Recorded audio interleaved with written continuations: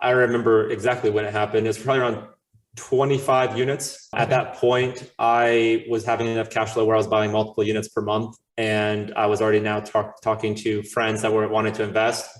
And it came out of necessity. I remember distinctly going onto realtor.com, looking at every property under $100,000, and I had them all under contract. All of them. It was like 9 of them, all of them under contract. So I was like, well, shit, like, what do I do now? There's no inventory. That's never happened to me. Yep. So I started looking outside of the single family filter. I went multifamily. I saw duplexes, triplexes, quads. I made a lot of mistakes there.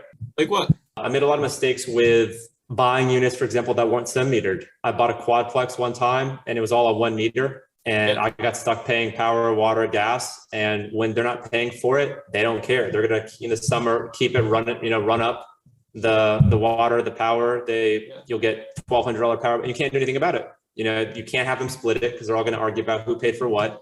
And it's in your name. And then when I learned about Section 8 and these other subsidies, there's a bunch of other subsidies too that I'm involved with. It just works so much better. Last year in 2020, I never lost a night of sleep. I always had my debt service covered. I know people that, got stuck with Airbnbs that they couldn't rent and they were arbitraging it, paying all these, crazy rents. People that had beach houses that they had $8,000 mortgages on their $3 million beach house, and now they're tenants to rent. Even in middle grade, people that were renting out $250,000 houses and barely getting by with the rent.